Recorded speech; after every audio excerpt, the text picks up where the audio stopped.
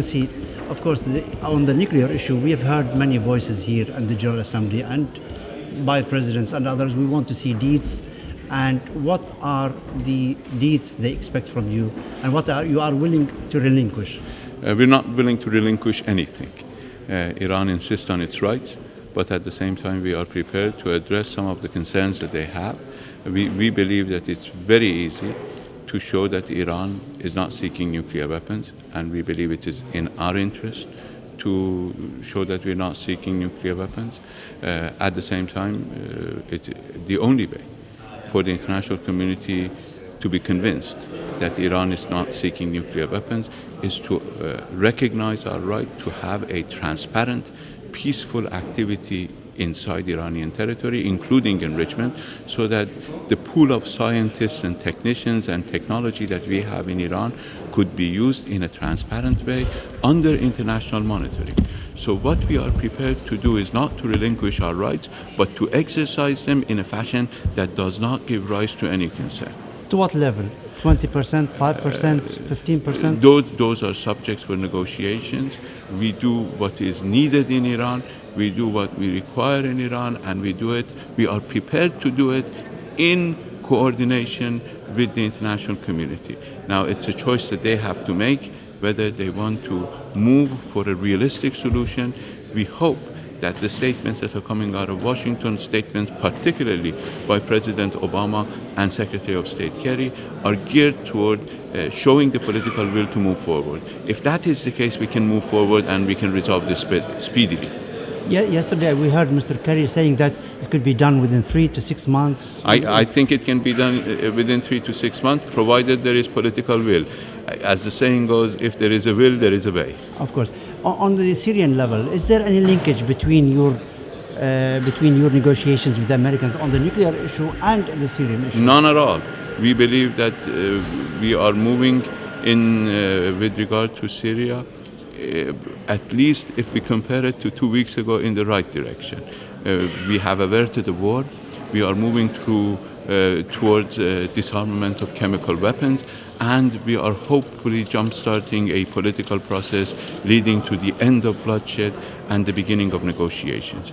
We believe that all these steps are important. They have to be taken with firm resolve to address the issue realistically and in its entirety. We believe that possession of chemical weapons by non-state actors, particularly by extremist groups in Syria, is a danger to the entire region and to the international peace and security, a danger that needs to be addressed seriously within the framework of the disarmament of Syria from chemical weapons. It has to be all Syrian territory, including the territory under occupation by the extremist forces.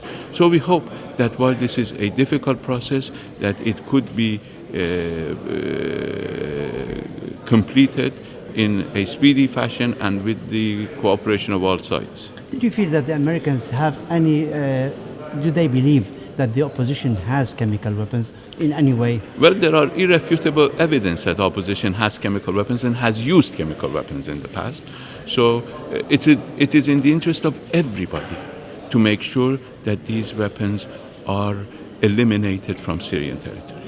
On the third level, on your support to the Palestine and to Lebanese resistance, were they, because we heard many voices today, even in the General Assembly, saying we want to see Iran stopping aid to Hezbollah, for example? Our support for the resistance is based on principles of our foreign policy. That will continue. The resolution of the problem in the Middle East can only come about through recognition of the rights of the Palestinian people and accepting the fact that Palestinians must be respected, must be allowed to go back to their homes, and must be provided with the necessary rights that all people around the world have. Trying to find excuses for violations of Palestinian rights by Israel, a violation that has occurred in the last 60 years. 30 years of those 60 years were before even the establishment of the Islamic Republic, cannot be acceptable.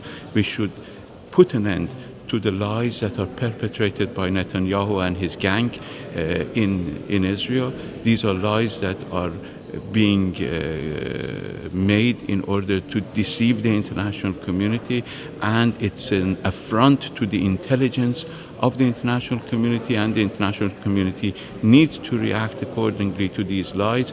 They've been saying since 1992 that Iran will develop nuclear weapons within 6 months, and it's 22 years from then, and we have no nuclear weapons now. We will have no nuclear weapons in 6 years or 60 years. These are lies, and these are tested lies. Everybody knows that they are just geared towards fear-mongering and creating phobias in the world so that the Israelis could continue their violations of the rights of the Palestinians. That should stop. If you're looking for peace, cannot be achieved through violence, through imposition, through violations of the rights of the Palestinians. Do you expect the Israelis to be spoilers to any agreement with you and the Americans? Well, they will try their best, but I believe reason will prevail at the end of the day. Thank you very much. Thank you.